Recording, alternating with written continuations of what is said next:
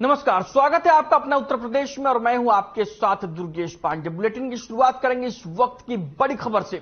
इस वक्त की बड़ी खबर हम आप तक पहुंचा रहे हैं प्रयागराज से। इस वक्त की बड़ी और अहम खबर, इलाहाबाद हाईकोर्ट से जुड़ी खबर। यूपी के मुख्य सचिव दुर्गा शंकर मिश्रा के खिलाफ वारंट, एसीएस वित्त प्रशांत त्रिवेदी के खिलाफ भी वारंट। मुख्य सचिव और एसीएस वित्त की व्यक्तिगत पेशी के आदेश। सीजेएस लखनऊ ने दोनों अफसरों को वारंट भेजा। मुख्य सचिव और एसीएस वित्त के खिलाफ गैर जमानती वारंट भेजा।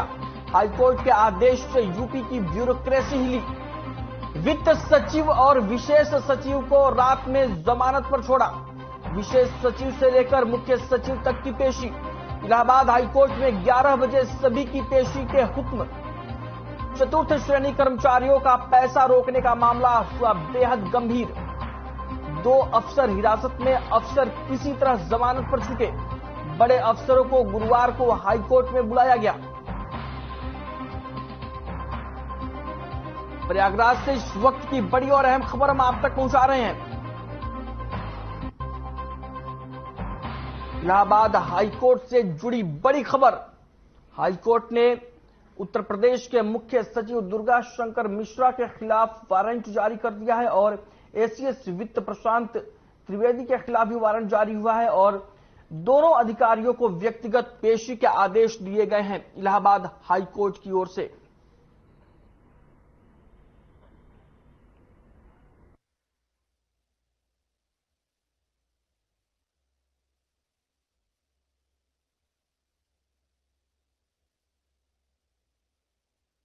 सचिव दुर्गा शंकर मिश्रा पर इलाहाबाद हाईकोर्ट ने सख्ती दिखाई है और उनके खिलाफ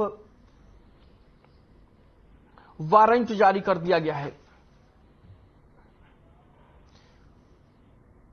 अब बात करेंगे इस वक्त की बड़ी खबर की। इस वक्त की बड़ी और अहम खबर हम आप तक पहुंचा रहे हैं। सुप्रीम कोर्ट ने इलाहाबाद हाईकोर्ट का आदेश पलटा। 2 आईएएस को रिहा करने के आदेश दिए। वित्त सचिव एसएमए रिजवी हिरासत में थे। विशेष सचिव वित्त सरयू प्रसाद मिश्रा भी हिरासत में थे। कोर्ट ने दोनों अधिकारियों को तुरंत रिहा करने के दिए निर्देश। सुप्रीम कोर्ट ने इलाहाबाद हाईकोर्ट के आदेश को पलट दिया है। विशेष सचिव वित्त सरयू प्रसाद मिश्रा भी हिरासत में थे। कोर्ट ने दोनों को तुरंत रिहा करने के दिए निर्देश। सुप्रीम कोर्ट ने इलाहाबाद हाईकोर्ट का आदेश पलटा। 2 आईएएस को रिहा करने के आदेश दिए। वित्त सचिव एसएमए रिजवी हिरासत में थे। विशेष सचिव वित्त सरयू प्रसाद मिश्रा भी हिरासत में थे। कोर्ट ने दोनों अधिकारियों को तुरंत रिहा करने के दिए निर्देश। सुप्रीम कोर्ट ने इलाहाबाद हाईकोर्ट का आदेश पलटा। वित्त सचिव एसएमए रिजवी हिरासत में थे। विशेष सचिव वित्त सरयू प्रसाद मिश्रा भी हिरासत में थे। कोर्ट ने दोनों अधिकारियों को तुरंत रिहा करने के दिए निर्देश। सुप्रीम कोर्ट ने इलाहाबाद हाईकोर्ट का आदेश पलटा।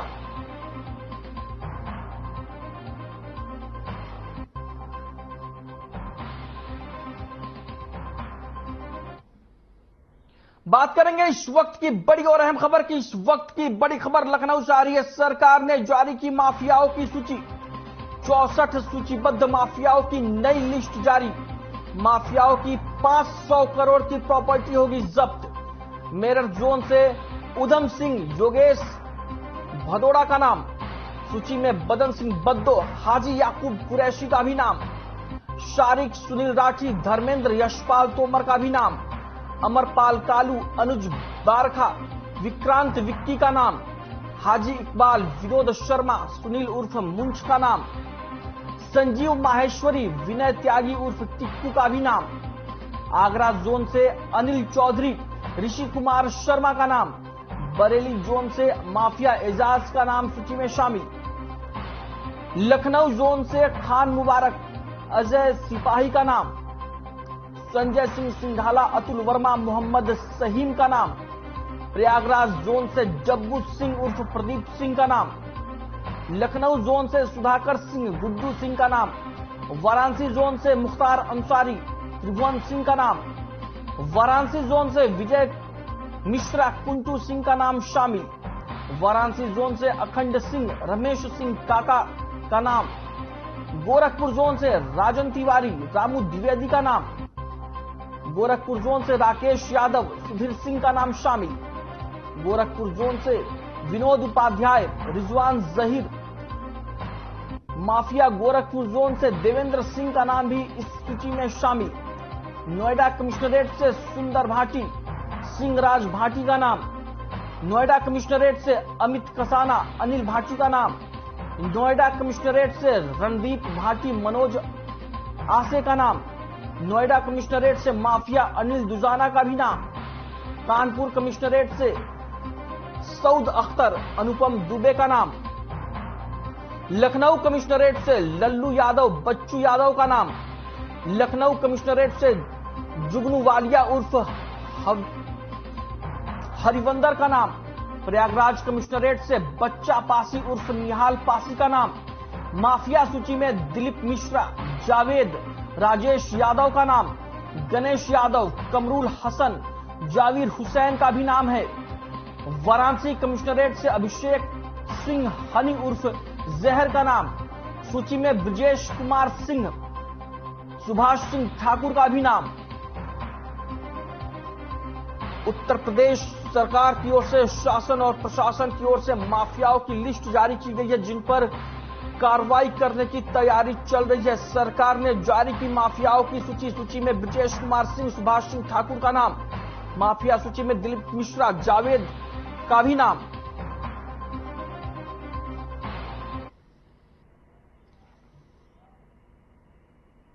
वहीं खबर गाजीपुर से है, जहां पुलिस ने माफिया मुख्तार अंसारी पर शिकंजा कसते हुए उसकी पत्नी पर घोषित इनाम राशि बढ़ा दी है। पुलिस ने माफिया मुख्तार अंसारी की पत्नी आफशा अंसारी पर घोषित 25,000 के इनाम को बढ़ाकर 50,000 कर दिया है। पुलिस अधीक्षक ओमवीर सिंह ने माफिया मुख्तार अंसारी की पत्नी आफशा अंसारी समेत 12 पुरस्कार घोषित अपराधियों की सूची जारी की है। जारी सूची के मुताबिक सदर कोतवाली अंतर्गत सोनू मुसहर, सद्दाम हुसैन, अमित राय और अंगद राय सब पर 25,000 का इनाम है, जबकि जाकिर हुसैन और मुख्तार अंसारी की पत्नी आफशा अंसारी पर 50,000 का इनाम घोषित है। इसके अलावा नंदगंज थाना अंतर्गत वीरेंद्र दुबे पर 25,000, अंकित राय पर 25,000, दुल्लहपुर थाना अंतर्गत अंकुर यादव पर 25,000, कासिमाबाद कोतवाली अंतर्गत अशोक यादव पर 25,000, भावरकोल थाना अंतर्गत रवि बिंद पर 25,000 और सोनू बिंद पर 25,000 का पुरस्कार घोषित किया गया है।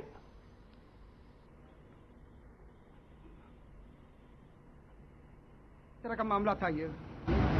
जो भी जनपद गाजीपुर में इनामी हैं उन सबकी सूची जारी की गई है और अभी जनपद में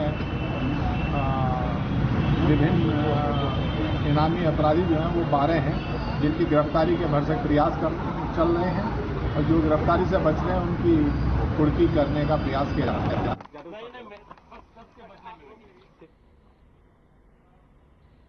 बात करेंगे इस वक्त की बड़ी खबर की। इस वक्त की बड़ी खबर अमरोहा से आ रही है। तेज रफ्तार रोडवेज बस हुई बेकाबू।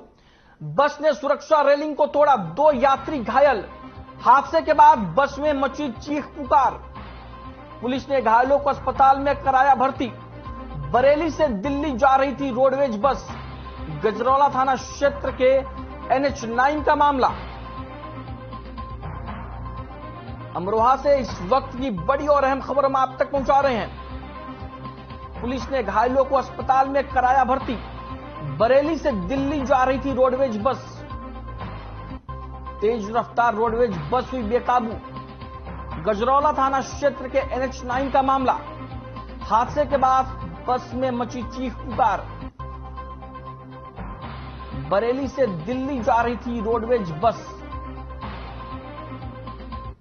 तस्वीरें आप अपनी टीवी स्क्रीन पर देख सकते हैं। तस्वीरें अमरोहा की है, जहां पर तेज रफ्तार रोडवेज बस बेकाबू हो गई और सुरक्षा रेलिंग को उसने तोड़ दिया, जिससे 2 यात्री घायल हो गए और हादसे के बाद बस में चीख पुकार मच गई।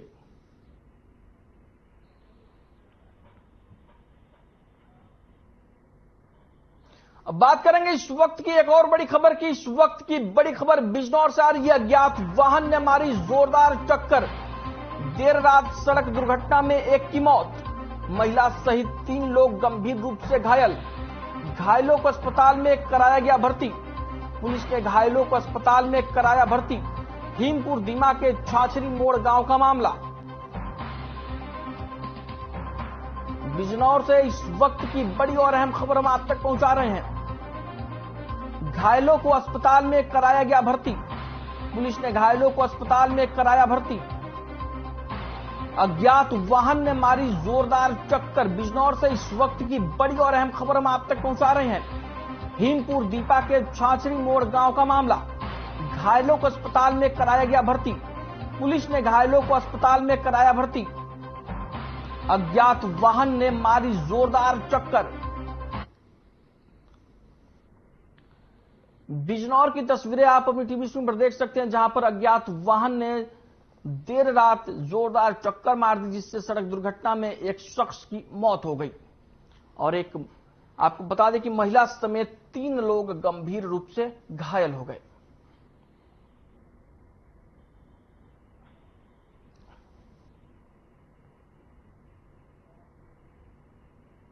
बात करेंगे इस वक्त की एक और बड़ी खबर की। इस वक्त की बड़ी खबर बिजनौर से आ रही है। बुजुर्ग किसान पर गुलदार ने किया हमला। खेत की रखवाली कर रहा था बुजुर्ग किसान। गुलदार के हमले में किसान की दर्दनाक मौत। आए दिन गुलदार के हमले से खौफ में ग्रामीण। अफजलगढ़ के सिरवासु चंद के जंगल का मामला। बिजनौर से इस वक्त की बड़ी और अहम खबर हम आप तक पहुंचा रहे हैं।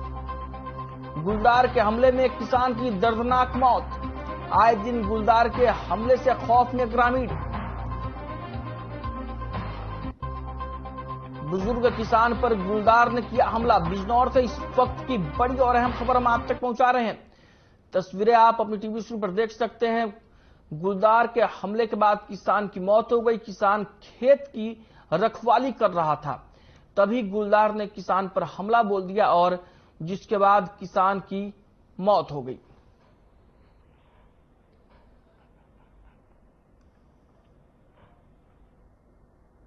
पारा आज 41 डिग्री के ऊपर हो गया है। ऐसे में कन्नौज में राहगीर प्यासे भटक रहे हैं। यहां सार्वजनिक स्थानों पर प्रशासन ने पानी का कोई इंतजाम नहीं किया है। यहां आने वाले राहगीर 20 रुपए की पानी की बोतल खरीदकर पीने को मजबूर हैं। आपको बता दें कि गर्मी की वजह से कन्नौज की सड़कें दोपहर में सूनी हो गई हैं, तो लोग किसी मजबूरी में घरों से बाहर भी निकले तो वो धूप और गर्मी से बचाव के पूरे इंतजाम के साथ निकले हैं।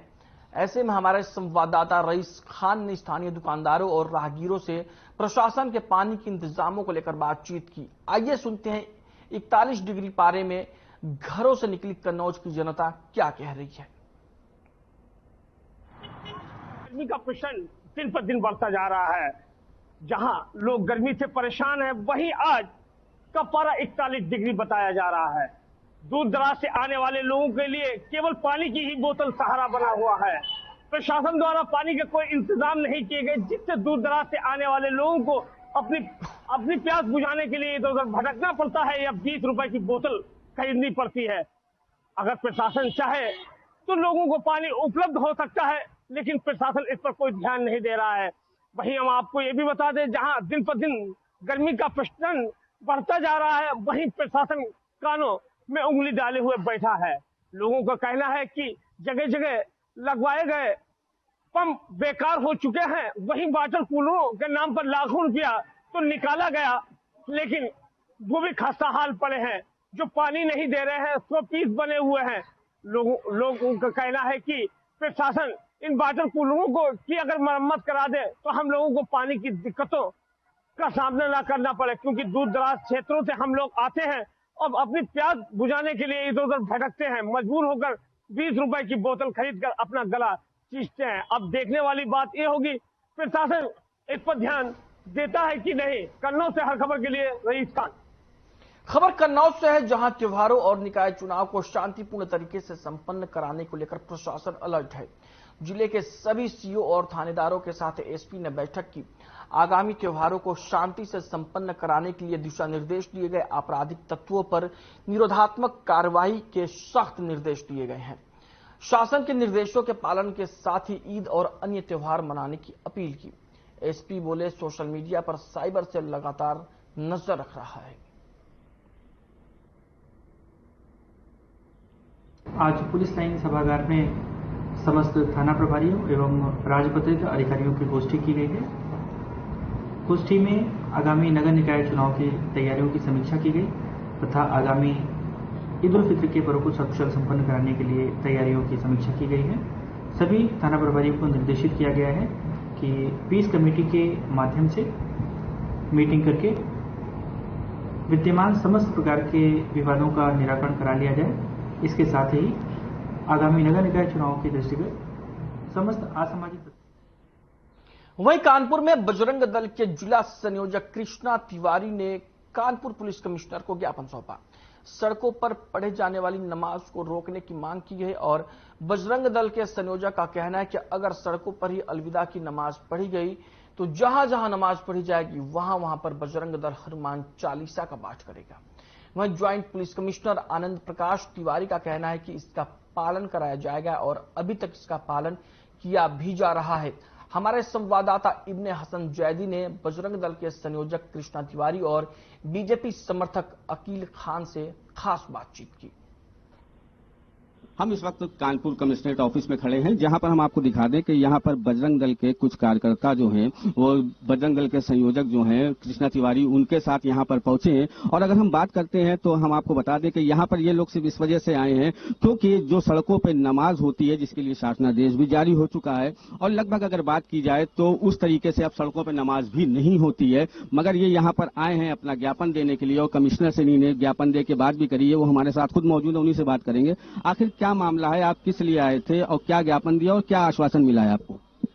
जिस तरीके से एक वर्ग हमेशा से शासना आदेश की धज्जियां उड़ाता आया है, जैसे पिछली बार भी शासना आदेश आया था कि कहीं पर भी सड़क को यातायात को प्रभावित कर नमाज नहीं होगी और पिछली वर्ष भी प्रशासन की इतनी सख्ती के बावजूद शहर में जगह जगह सड़क को जाम कर नमाज हुई। उसी संबंध में आज माननीय कमिश्नर साहब के पास आए हैं कि इस बार शासना आदेश का उल्लंघन कहीं पर भी किसी भी प्रकार से न हो पाए, इसकी चिंता माननीय पुलिस कमिश्नर साहब आप करेंगे, क्योंकि जहां जहां यह नमाज होगी वहां वहां बजरंग दल कार्यकर्ता हिंदू समाज बजरंग दल के नेतृत्व में हनुमान चालीसा का पाठ करेगा, क्योंकि दूसरे वर्ग और दूसरे समुदाय का जो एकमात्र उद्देश्य रहता है कि किस तरीके से हम शहर की शांति व्यवस्था खराब कर सकें, किस तरीके से शहर की हम यातायात व्यवस्था को प्रभावित कर सकें, किस तरीके से हम माननीय मुख्यमंत्री जी के द्वारा और हाईकोर्ट के द्वारा दिए गए आदेशों की अवहेलना कर सकें और उन्हें ठेंगा दिखा सकें और उनकी धज्जियां उड़ा सकें।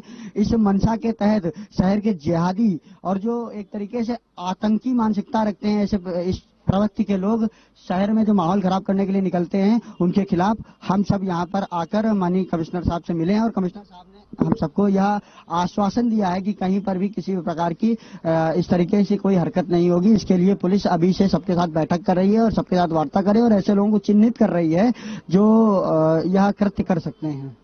हमारे साथ बीजेपी के समर्थक यहाँ पर अकील साहब भी मौजूद है, हम इनसे ही बात करेंगे कि यहाँ पे आज बजरंग दल आया, बजरंग दल आके जो सड़कों पे नमाज होती है उसके लिए इन्होंने यहाँ पर ज्ञापन सौंपा है। तो अगर आपसे बात करी जाए और अगर हम पिछले साल की बात करते हैं तो पिछले साल भी ये शासनादेश आया था और 99% ऐसा नहीं हुआ था, तो आपको क्या लगता है? देखिए, ऐसा है, सड़कों पे नमाज जो है मुसलमान पढ़ना नहीं चाहता है वो, क्योंकि जो है कुछ लोग बाद में मस्जिद में आते हैं, ईदगाह में आते हैं, जो सड़कों पर चादर बिछा लेते हैं, उनकी वजह से ये दिक्कतें थोड़ी सी हो जाती हैं, जो आज जो है हम लोग को सारी बातें सुनना पड़ती हैं इस बात के लिए कि मुसलमान सड़कों पर नमाज पढ़ता है।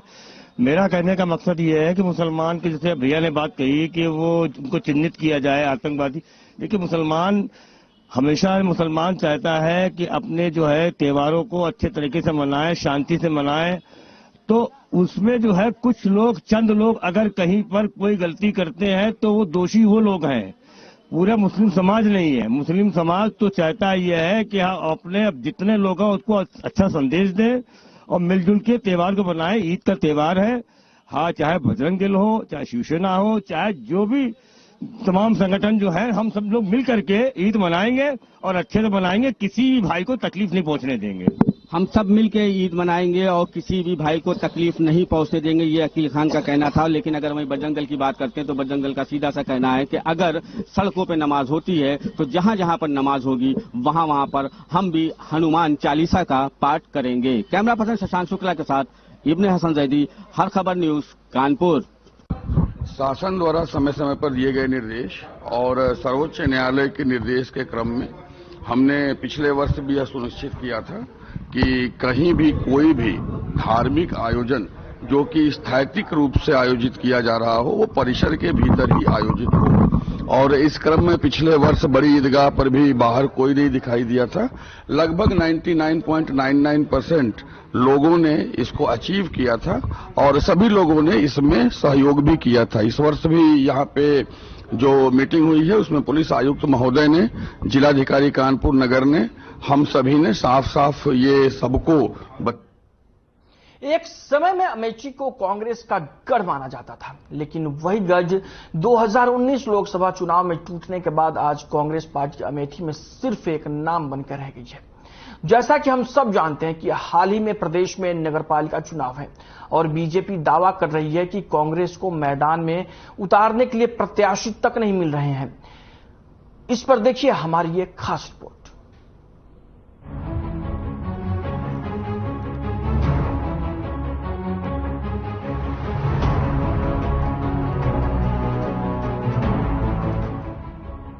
गांधी परिवार का अमेठी से एक पुराना नाता है।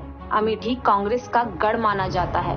2019 लोकसभा चुनाव से पहले हमेशा ही कांग्रेस के लिए ये क्षेत्र सर्वोपरि रहा है। एक समय था कि यहाँ से अगर कांग्रेस का कोई भी सदस्य चुनाव के लिए खड़ा होता था तो निश्चित ही जीत हासिल करता था, लेकिन 2019 के बाद से यहाँ बीजेपी का कब्जा है और नगर पालिका चुनाव के लिए प्रत्याशी तक नहीं है। ये कहना हमारा नहीं बल्कि बीजेपी पार्टी के जिला अध्यक्ष दुर्गेश त्रिपाठी का है।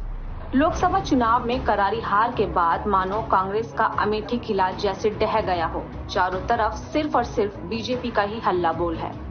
और हो भी क्यों ना, प्रदेश सरकार के नेतृत्व में ताबड़तोड़ फैसले लिए जा रहे हैं जिससे प्रदेश का बच्चा बच्चा खुश है। इसी सबके बीच बीजेपी जिला अध्यक्ष दुर्गेश त्रिपाठी ने कांग्रेस पार्टी के सवालों को कटघरे में खड़ा करते हुए कहा कि जिस कांग्रेस पार्टी का अमेठी में ही नहीं पूरे देश में एक छत्र राज रहा हो, उसी पार्टी को आज नगर निगम चुनाव के लिए उम्मीदवार तक नहीं मिल रहे हैं। अमेठी की सांसद बनी स्मृति ईरानी ने विकास की गाथा लिखकर चुनाव में पार्टी को उम्मीदवार ढूंढने के लिए विवश कर दिया है। मेरे साथ मौजूद है दुर्गेश त्रिपाठी जी। मैं इनसे बात करने का प्रयास करूंगा कि किस तरीके से अमेठी की राजनीति कांग्रेस द्वारा की जा रही है और क्यों आज ये सवाल आया है कि अमेठी में कांग्रेस के लिए उम्मीदवार नहीं है। सर, किस तरीके से आप इस बात को दोहरा रहे हैं, किस तरीके से इस बात को कह रहे हैं कि अमेठी में नगर पंचायत, नगर निगम, नगर पालिका के चुनाव में कांग्रेस को उम्मीदवार नहीं मिल रहे हैं? भाई, निकाय चुनाव शुरू हो गया है, नामांकन शुरू हो गया है, सारी जानकारी है, दिखाई पड़ रहा है। अमेठी नगर पंचायत, जायस नगर पालिका, गौरीगंज नगर पालिका, मुसाफिरखाना नगर पंचायत में कांग्रेस प्रत्याशी ढूंढ रही है। अध्यक्ष के लिए नहीं, सभासद के लिए। एक भी सभासद का प्रत्याशी उनके पास नहीं है। कांग्रेस की स्थिति अमेठी में इतनी खराब हो चुकी है, आप ये मानिए कि जनता ने पूरी तरह उनको नकार दिया है। इस नाते उनको प्रत्याशी नहीं मिल रहा है। दावे वो चाहे जितने करते रहे कि अमेठी में हमारा घर है, अमेठी हमारा गढ़ रहा है, लेकिन वर्तमान समय में माननीय मोदी जी के नेतृत्व में जो विकास के काम हुए, माननीय योगी जी के नेतृत्व में जो चल रहा है, भ्रष्टाचार मुक्त, अपराध मुक्त प्रदेश, और उससे भी बढ़कर सांसद दीदी स्मृति जी के द्वारा सन 2014 से जब से वो अमेठी आई हैं, निरंतर उनका जनता के साथ जो जुड़ाव रहा है, जनता की सेवा का जो उनका भाव है, वो जनता से इतना ज्यादा जुड़ चुकी हैं कि कांग्रेस पार्टी एकदम खत्म हो चुकी है अमेठी में। और उसी का परिणाम है कि आज वो प्रत्याशी ढूंढ रहे हैं सभासद के लिए और अध्यक्ष के लिए, उनको नहीं मिल रहा है। कांग्रेसी नेता दावा करते हैं कि फिर से इस चुनाव में हम कुछ कर लेंगे, तो मैं इसी नाते इस चीज को दोहरा रहा हूं और कह रहा हूं बार बार कि कांग्रेस पूरी तरह से अमेठी से खत्म हो चुकी है। कुछ नेता इनके ये बोलते हैं कि आते नहीं है, जाते नहीं है, आप देखिए उठा करके। बता दें कि 2019 में लोकसभा चुनाव में सांसद बनी केंद्रीय मंत्री स्मृति ईरानी इससे पहले 2014 में अमेठी से चुनाव लड़ने आई थी, जहां उनका मुकाबला कांग्रेस पार्टी के युवराज रहे राहुल गांधी से हुआ। 2014 में चुनाव भारतीय जनता पार्टी अमेठी में हार जाती है, लेकिन फिर भी स्मृति ईरानी लगातार अमेठी की जनता से संपर्क में रहकर उनके दिलों में बसने का काम करती हैं। अमेठी को अपना घर कहने वाले पूर्व सांसद राहुल गांधी 2019 से चुनाव में हारने के बाद आज तक दिखाई नहीं पड़े हैं, जिसको भारतीय जनता पार्टी ने चुनावी मुद्दा बनाकर लोगों के बीच जाकर कांग्रेस पार्टी के उस दावे को याद दिलाया जो कि नगर निगम के चुनावों में उनका रास्ता बना रहा है। बहरहाल लगातार चुनाव में सपा बसपा सहित कांग्रेस जिस रणनीति के तहत पहले आई थी, उसी के तहत बीजेपी ने काम करके अमेठी के गढ़ में अपनी मोहर लगा दी है। 2019 के बाद कांग्रेस को अपने ही गढ़ में मुंह की खानी पड़ी, जिसका फायदा अब बीजेपी को नगर निगम के चुनाव में मिलता नजर आ रहा है। सांसद स्मृति ईरानी के विकास के दावों की बदौलत एक बार फिर बीजेपी अमेठी में एक नई गाथा लिखने के लिए तैयार है, जिसके लिए बीजेपी ने जमीनी स्तर पर पुरजोर तैयारी कर ली है। बुलेटिन में फिलहाल के लिए इतना ही। मुझे दीजिए इजाजत। नमस्कार।